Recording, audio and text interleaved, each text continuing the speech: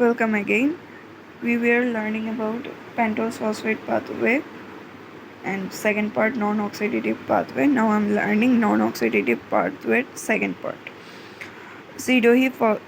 Petulose and 7-phosphate glyceraldehyde 3-phosphate react with each other with the help of trans-aldose enzyme and form erythrose phosphate.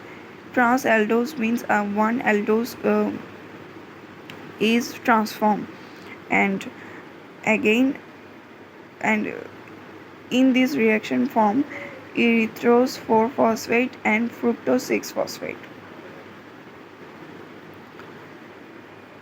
Again erythrose 4-phosphate and xylulose 5-phosphate react with each other and form trans-ketulose. With the help of trans-ketose enzyme, they form fructose 6-phosphate and glyceraldehyde 3-phosphate.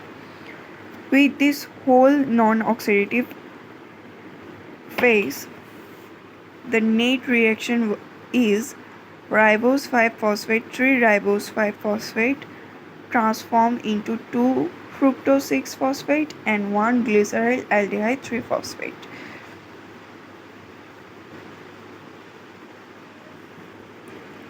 Summary of this non-oxidative phase: ribose 5-phosphate epimerase into xylulose 5-phosphate and together react with each other and form pseudoheputulose 7-phosphate and glyceraldehyde 3-phosphate.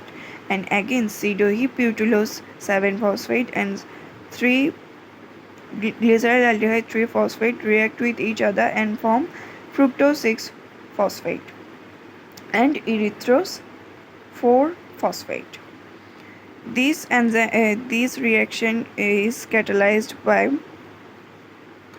trans-ketose and this reaction is catalyzed by trans-aldose.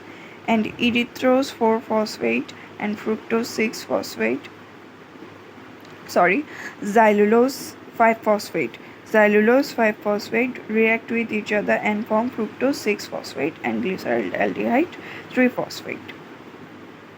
In here fructose 6-phosphate transform again into glucose 6-phosphate phosphohexose isomers. With the help of phosphohexose isomers they become fructose 6-phosphate to glucose 6-phosphate.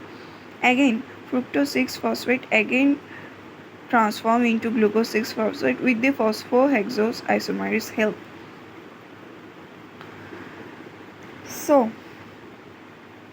this is the summary and of non-oxidative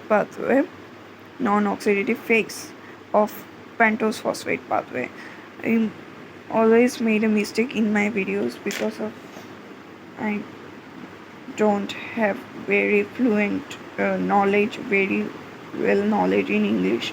I'm not fluent in speaking English. That's why I'm sorry.